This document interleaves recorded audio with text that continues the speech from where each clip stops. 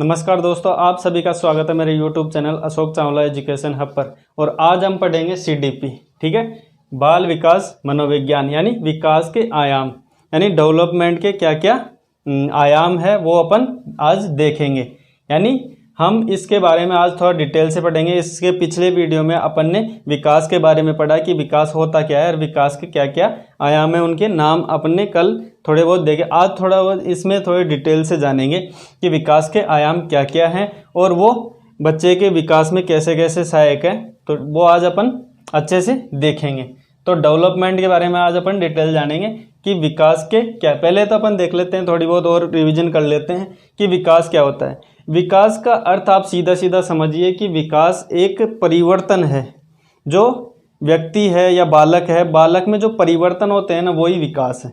ये सामान्य सी बात है, आप विकास के बारे में ये जान लो कि विकास, जो अरस्तु है उन्होंने भी ये बताया गया अपनी परिभाषा, विकास को लेकर परिभाषा दी है कि जो विकास है वो व्यक्ति के आंतरिक और बाहरी जो गुण है ना, वो व्यक्ति में जो परिवर्तन लाते हैं वही विकास है। ये हो गई विकास के बारे में एक सामान्य सी बात कि परिवर्तन को ही विकास कहा जाता है, ठीक है। अब वो परिवर्तन कैसे होते हैं वो अपन डिटेल से आज देखेंगे कि कैसे कैसे रूपों में परिवर्तन होते हैं।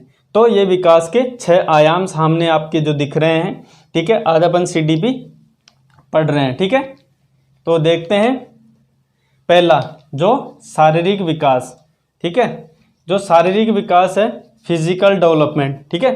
जो फिजिकल डेवलपमेंट है वो विकास बालक में कैसे होता है ना। तो पहले इसको देखते हैं अपन।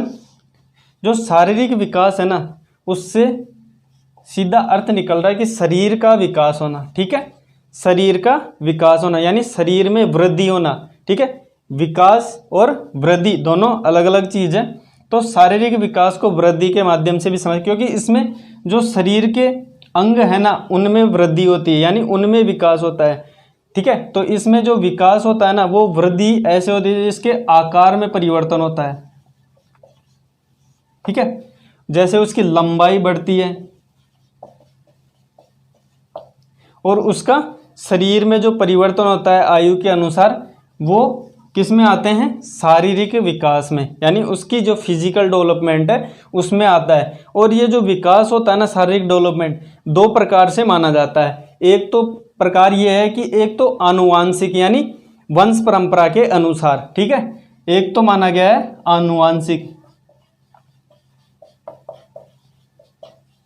ठीक है।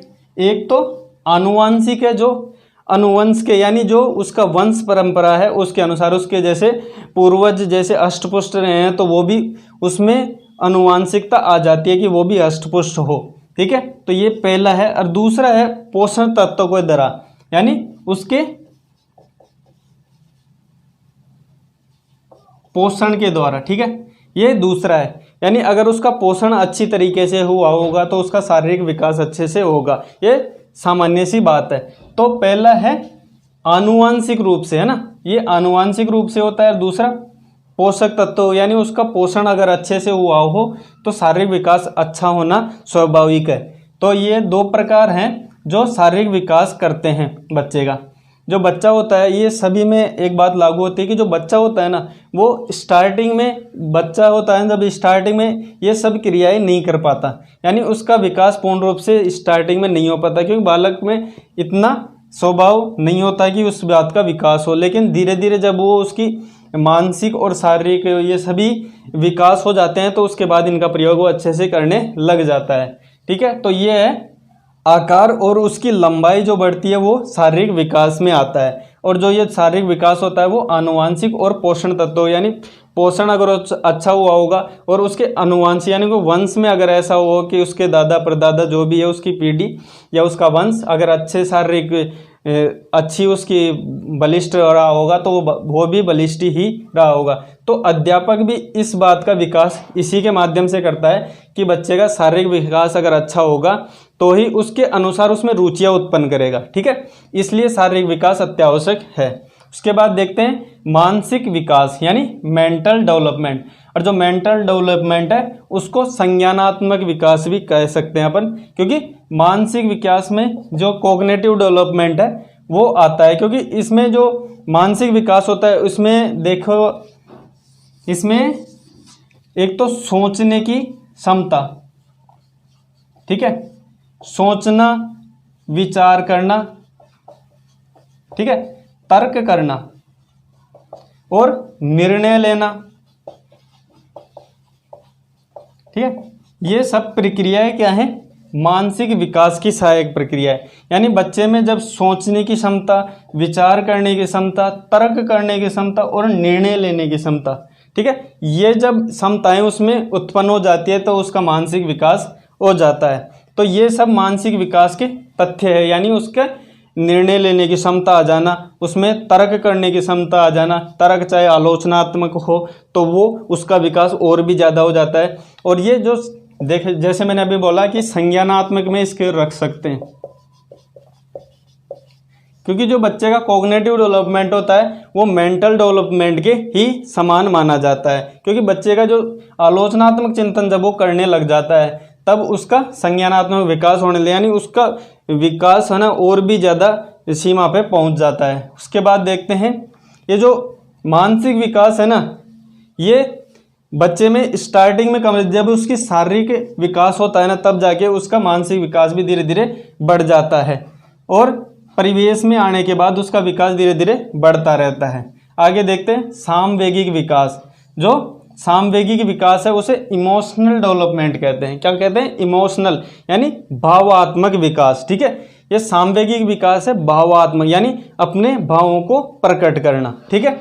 इसमें भाव जैसे अपने खुद के जो जैसे भाव मैं बताऊं आपको, जैसे ईर्ष्या, द्वेष, लोभ, लालच या खुशी या फिर दुख, ये सभी क्या है कि यानी जो इसके दुख हैं, ठीक है, जो दुख हैं,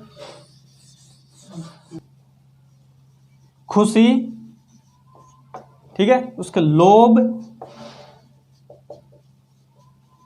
लालसा या लालच, ये इत्यादि, ठीक है, ये जो भावनाएं हैं ना उसके आंतरिक मन में होती है वो सामवेगिक विकास। और एक बात और याद रखना, जो शारीरिक विकास है ना, ठीक है ना, जो शारीरिक विकास है ना वो स्पष्ट रूप से दिखता है, यानी जो होता है वो प्रत्यक्ष रूप में होता है, ठीक है, और स्पष्ट दिखता है,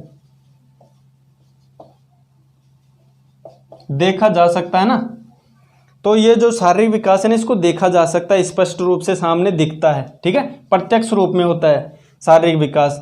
और जो सामवेगिक विकास होता है ना वो आंतरिक होता है, यानी भाव उसके जैसे खुशी हो, लोभ हो, लालच हो, दुख हो, उसकी और भी कोई इच्छाएं हैं, वो आंतरिक होती है, वो सामवेगिक होती है, यानी उसका संवेग होता है, इमोशनल डेवलपमेंट होता है वो, ठीक है। जब ये प्रकट करने लग जाता है, जब बालक अपनी पूर्व अवस्थाओं में होता है स्टार्टिंग में, तब वो ये चीज़ें खुशी, लोभ, लालच ये समझ नहीं पाता, लेकिन बाद में जब उसका विकास होता है, धीरे धीरे उसका विकास होने लग जाता है, तब अगर उसमें खुशी, लोभ, लालच, अगर ये इच्छाएं जागृत होने लग जाती है तो उसके बाद उसका सामवेगिक विकास हो जाता है। और शिक्षक शारीरिक विकास और मानसिक विकास जब उसका धीरे धीरे बढ़ने लग जाता है तब उसका इमोशनल डेवलपमेंट भी करने लग जाता है। और शिक्षक इन बातों को जान के ही, जैसे उसका शारीरिक विकास देखता है कि अच्छा हो रहा है, उसका मानसिक विकास भी अच्छा हो रहा है, तो उसके अनुसार उसके रुचियाँ उत्पन्न कर देता है कि उसका सामवेगिक विकास भी अच्छा हो। तो शिक्षक भी ये बातों का ध्यान रखता है कि बच्चे की इस टाइम किस आवश्यकता की ज़रूरत है, ठीक है। आगे देखते हैं क्रियात्मक विकास। जो क्रियात्मक विकास है उसे मोटर डेवलपमेंट कहते हैं। कौन सा? मोटर डेवलपमेंट, ठीक है। इस क्रियात्मक से आपको सामान्य अर्थ में समझ में आ रहा होगा, क्रियात्मक यानी क्रिया करना, ठीक है, कुछ करना, है ना, डूइंग, है ना। तो जो करने वाली क्रिया जैसे चलना, बैठना, उठना इत्यादि, है ना, ये जो क्रियाएं हैं ना जो बच्चा करता है, सामान्य सी बात है, जब बच्चा छोटा होता है ना तो ये सब क्रियाएं करता तो है लेकिन इनका अनुभव उसको होता नहीं है। जो बालक छोटा होता है ना तो अपनी सारी क्रियाएं रोकर दिखाता है। अगर उसको भूख लग रही है तो वो रोके इस माध्यम से ही वो बता सकता है कि हाँ मेरे को भूख लग रही है। लेकिन जो बैठना उठना, इन सभीयों जो ये सभी क्रियाएं हैं, इन क्रियाओं का जब उसको पता चलता है कि बैठते ऐसे हैं, उठते ऐसे हैं, अगर इन बातों का अगर वो जानने लग जाता है तो उसका क्रियात्मक विकास हो जाता है। तो ठीक है, ये है क्रियात्मक विकास जो बच्चे में होता है। इसके बाद देखते हैं भाषाई विकास। जो भाषाई विकास है यानी जो लैंग्वेज डेवलपमेंट है ना, उसके बारे में अपन देखते हैं। जो लैंग्वेज डेवलपमेंट है ना, उसको अपन जो अपना मानसिक विकास है उसमें रख सकते हैं। क्यों? क्योंकि इसमें संज्ञानात्मक विकास, जैसे मैंने आपको पहले भी बताया पिछले वीडियो में कि भाषाई विकास है ना, वो एक कम्युनिकेशन एक्टिव करता है। यानी भाषा क्या करती है? भाषा संप्रेषण का माध्यम उत्पन्न करती है। यानी जो दो बच्चे आपस में बात करते हैं तो उन बात जो करते हैं वो भाषा के माध्यम से ही करते हैं, यानी जो बोलचाल करते हैं ना, ठीक है ना, और संप्रेषण का माध्यम ये, ठीक है, जो संप्रेषण का माध्यम बनता है वो भाषाई विकास के कारण होता है। जब बच्चा संप्रेषण करने लग जाता है तो उसकी भाषा का विकास हो जाता है, और जब बच्चा धीरे धीरे बढ़ने लग जाता है तो ये संप्रेषण में उसमें सोचने की क्षमता, क्योंकि भाषा के माध्यम से ही सोचने की क्षमता आती है। बच्चे विचार उत्पन्न कैसे करेगा? विचार भी तो किसी भाषा के माध्यम से ही करेगा ना। तो उसमें जब भाषाई विकास हो जाता है तो उसमें सोचने की क्षमता, विचार करने की क्षमता, तर्क करने की क्षमता, ये मैंने आपको पहले ही बता दिया है कि सोचने, विचार करने, तर्क करने, निर्णय लेने की ये सभी क्षमताएं किसमें आती हैं? मानसिक विकास यानी संज्ञानात्मक विकास, यानी अपने मेंटल डेवलपमेंट, कॉग्निटिव डेवलपमेंट, ये मानसिक विकास में आता है। तो अपन भाषा ही, जो भाषाई विकास है उसको संज्ञानात्मक विकास या मानसिक विकास में रख सकते हैं। तो इसलिए ये बोलचाल और संप्रेषण का माध्यम है भाषा ही विकास। क्योंकि बच्चा जब छोटा रहता है तब तो मैंने बताया कि रोकर ही अपनी भावनाएं व्यक्त करता है, लेकिन जब उसमें भाषा आ जाती है ना तो वो सब कुछ बोल देता है और अपने हिसाब से उस बात को व्यक्त कर सकता है बोल के, है ना। पहले तो रोके करता था, लेकिन जब इसमें भाषाई विकास हो, भाषा उत्पन्न हो जाती है और वो संप्रेषण करके बता सकता है कि मेरे को इस चीज़ की आवश्यकता है। तो ये भाषाई विकास होता है जिसे अपन मानसिक डेवलपमेंट में भी रख सकते हैं। उसके बाद देख सामाजिक विकास यानी सोशल, जो सोशल डेवलपमेंट है उसमें देखते हैं कि जो सोशल डेवलपमेंट है वो कैसे होता है। पहली बात तो ये देखते हैं कि जो बच्चा होता है ना, जो बच्चा, उसके प्रथम पाठशाला क्या है? परिवार। ये आप सबको पता है कि जो समाज है ना वो किसका हिस्सा है? जो परिवार है वो समाज का हिस्सा है ना। जो समाज है ये समाज है, ठीक है। तो परिवार एक समाज का छोटा सा हिस्सा, ये है परिवार, ठीक है। जो बच्चा है ना वो सामाजिक विकास उसका होता है समाज से, ठीक है। जो सामाजिक परिवेश अगर बच्चे में नहीं होगा तो बच्चा विकास कर ही नहीं सकता। तो इसकी अहम भूमिका है समाज की, क्योंकि प्रथम पाठशाला है वो परिवार है, उसके उपरांत जो पाठशाला बच्चे की रहेगी वो समाज है। तो समाज में जैसे अच्छे चरित्रों को वो अपनाता है, जैसे समाज में वो देखता है कि अपने हमारे समाज में जैसे डॉक्टर भीमराव अंबेडकर हुए हैं, महाराणा प्रताप हुए हैं, इन सभी जो सामाजिक में ये जो पढ़ता है, जो सीखता है, उसमें देखता है जो अच्छे अच्छे विचारधाराओं के लोग हैं उनको अपनाता है, ठीक है। वो अपने जीवन में धारण करता है, तो वो किस में? समाज के विकास में करता है, यानी समाज में करता है।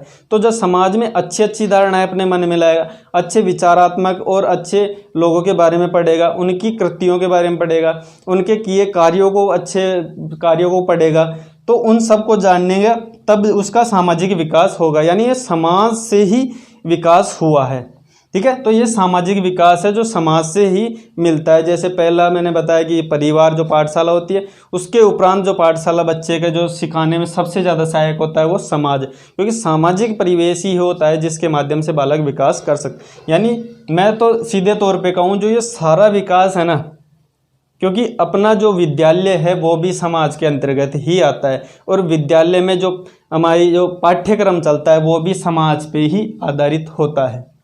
इसलिए मैं तो यही कहूँगा कि समाज के द्वारा ही सभी डेवलपमेंट आ जाते हैं, ठीक है। तो सामाजिक जो डेवलपमेंट है, सोशल डेवलपमेंट है, वो सभी डेवलप करता है, सभी विकास को, है ना। सभी शारीरिक, मानसिक या संवेगात्मक या क्रियात्मक जो भी विकास है वो सभी इसमें करता है। कौन? समाज।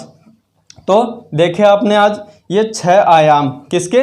विकास यानी डेवलपमेंट के 6 आयाम अपने विस्तार से देखे। तो बताना आपको कैसा लगा। अगर वीडियो अच्छा लगा हो तो वीडियो को like and comment and subscribe जरूर करना वीडियो को, और इसको ज़्यादा से ज़्यादा शेयर करना ताकि लोग भी इसका लाभ ले सके। बाकी वीडियो देखने के लिए धन्यवाद।